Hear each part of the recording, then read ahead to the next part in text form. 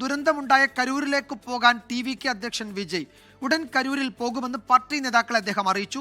Party പ്രവർത്തനങ്ങൾക്ക് 20 അംഗ സംഘത്തെയും നിയോഗിച്ചിട്ടുണ്ട്. നിലവിൽ അങ്ങനെ തയ്യാറെടുക്കുന്നു എന്ന് തന്നെയാണ് നമ്മൾ മനസ്സിലാക്കുന്നത്. കഴിഞ്ഞ തിങ്കളാഴ്ച മുതൽ തുടർച്ചയായി 5 ദിവസവും വിജയ് അദ്ദേഹത്തിന്റെ വീട്ടിൽ വെച്ച് പാർട്ടി പ്രവർത്തകരുമായി യോഗം ചേരുന്നുണ്ട്, കൂടിയാലോചനകൾ നടത്തുന്നുണ്ട്. അപ്പോൾ അതിനിടയിൽ നിന്ന് ലഭിച്ച വിവരമാണ്, യോഗത്തിൽ ഉണ്ടായ ഒരു തീരുമാനമാണ്. അതായത് കരൂരിലേക്ക് ഉടൻ പോകാൻ വിജയ് തീരുമാനിച്ചിരിക്കുന്നു.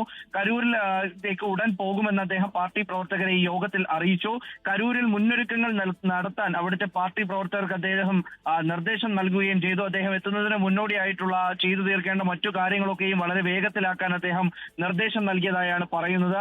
അതിനപ്പുറത്തേക്ക് ഇദ്ദേഹം പാർട്ടി പ്രവർത്തനങ്ങളെ സജ്ജീകരിക്കാൻ വേണ്ടി, അല്ലെങ്കിൽ അത് മുന്നോട്ട് കൊണ്ടുപോകാൻ വേണ്ടി 20 അംഗ സംഘത്തെയും നിയോഗിച്ചിട്ടുണ്ട്. പ്രത്യേകിച്ച് ജനറൽ സെക്രട്ടറി N ആനന്ദ് ഉൾപ്പെടെയുള്ളവർ ഒളിവിനായതിനാൽ അദ്ദേഹം കരൂരിൽ പോകുന്നത് ഉൾപ്പെടെയുള്ള കാര്യങ്ങൾ അത് ഷെഡ്യൂൾ ചെയ്യാൻ, അത് നടപ്പിലാക്കാൻ അവിടെ ഒരു നേതൃനിരയുടെ കുറവ് വല്ലാണ്ട് ടി.വി.കെ ബാധിക്കുന്നുണ്ട്. N ആനന്ദ് ഒളിവിലാണ്, CT നിർമ്മൽകുമാർ ഒളിവിലാണ്, ഒപ്പം മാധവ് അർജുന ഡൽഹിയിലേക്ക് പോയിരിക്കുകയാണ്.